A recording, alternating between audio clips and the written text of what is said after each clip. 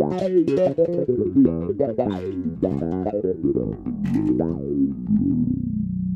what's going on, guys? We're back at it again with another lesson. This one's a little bit different because we're going to be talking about some of the chord changes or some of the cadences that I was used to hearing growing up. Here we go.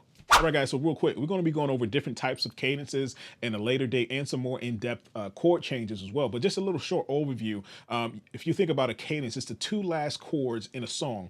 So to end the song, you usually hear it go from 5 to 1, or from a 5 chord to the 1 chord, which is most times a dominant chord to the 1 chord. And also another type of cadence is a plagal cadence that's just from the 4 to the 1. All right, so 4 chord to the 1. You hear that at a lot of at the end of a lot of hymns in the church. So they'll sing Amen, and you'll hear 4 to 1. But we'll get into that more in depth in a later date. But this is one of the chord changes that I heard growing up, and the type of the type of music that I would listen to, or that I grew up around, especially coming up in a church. So, and I heard the steel guitar player play this chord a lot too, especially my father would play it, and a lot of steel guitar players that I would, grow up listening to. But anyway, so the chord change, say if we're in the key of E, we like being in that key a lot, especially guitar players love being in the key of E. All right, so the first chord will go from the 4.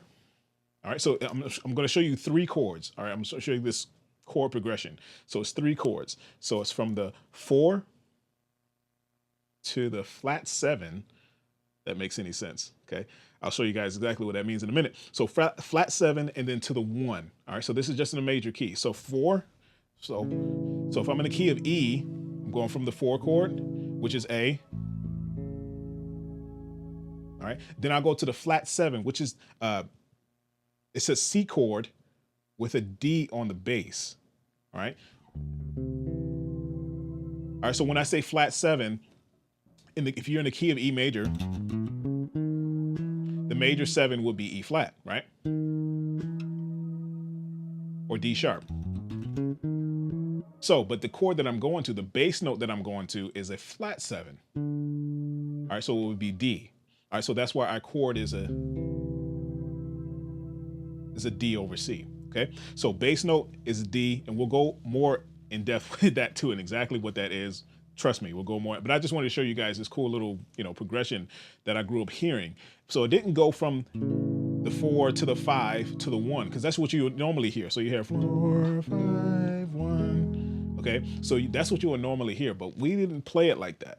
All right, we will play 4, flat 7 to the 1, and it just has a more of a warmer sound. All right, that just, I don't know, just feels like it's hugging you. I don't know. Okay, so depending on what inversion you're playing it in, you can come up with different sounds and different feelings, different feels for that chord progression. So again, playing an A chord, this is A major. I'm working with triads here.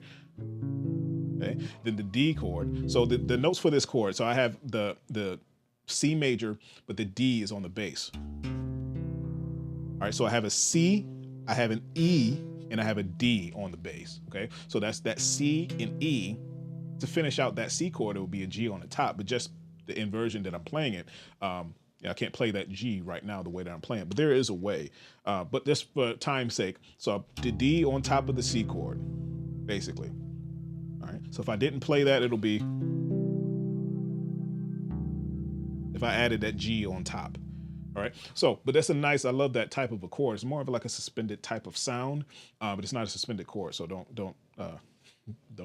get that mixed up. But anyway, so I have a 4 chord to the flat 7, which is D for the bass. So if I'm calling out notes, I'm calling out bass notes for, bass player or whatever to play, that flat 7 is the D, or the minor 7 is D, okay? Just to make it easier for them to follow. And then the last chord can be,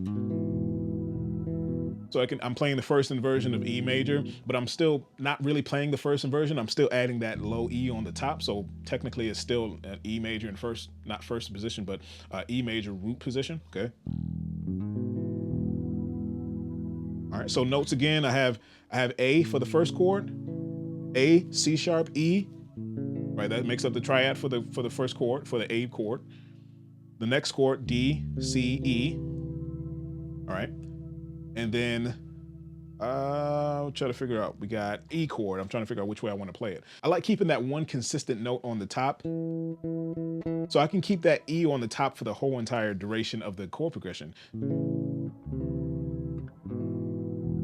I just like how that sounds. All the other notes are changing, but that one note is just constant. I'm just moving the chord progression around that one note. And that one note is the actual common denominator of all of those chords. So all of those chords have an E in it somewhere. So I just figured let's stick with that note.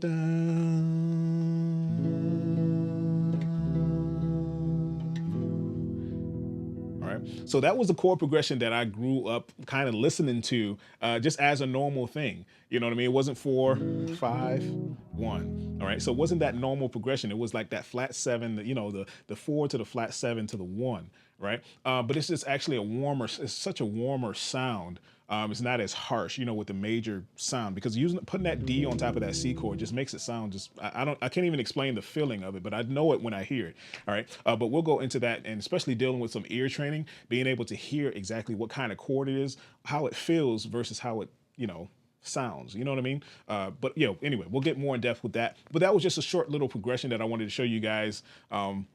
Just take it slow. If you want to use it, by all means, go ahead and use it. It's just, I know it's not a crazy progression that you've never heard before. I'm sure you've heard something like that before, but it's just something that I kind of gravitate towards because I grew up listening to that type of progression. But there's so many ways you can manipulate that too, but we'll go into that more for the sake of time, because I can go on and play 1,000 chords for you guys. But anyway, first of all, I want to go over the bass notes. So bass notes will be simple. It'll be 4, 4 to the D, flat 7 to the E, to the 1. All right, so very simple. I wasn't sure if I mentioned that. So take it slow, make sure your notes are coming out clean, clear, and precise. And if you have any questions, you know what to do.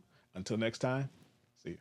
Hey guys, one more thing. If you like this video, make sure you give it a thumbs up and go ahead and subscribe to the channel if you haven't already. You also want to visit DaricBennett.com, the bass education community where we make learning how to play the bass fun while you're mastering it at the same time. So go ahead and check it out and grab you a free trial while you're there. Check it out, see how you like it. We got tons of material, tons of lessons in there. Hope to see you in there. Till next time.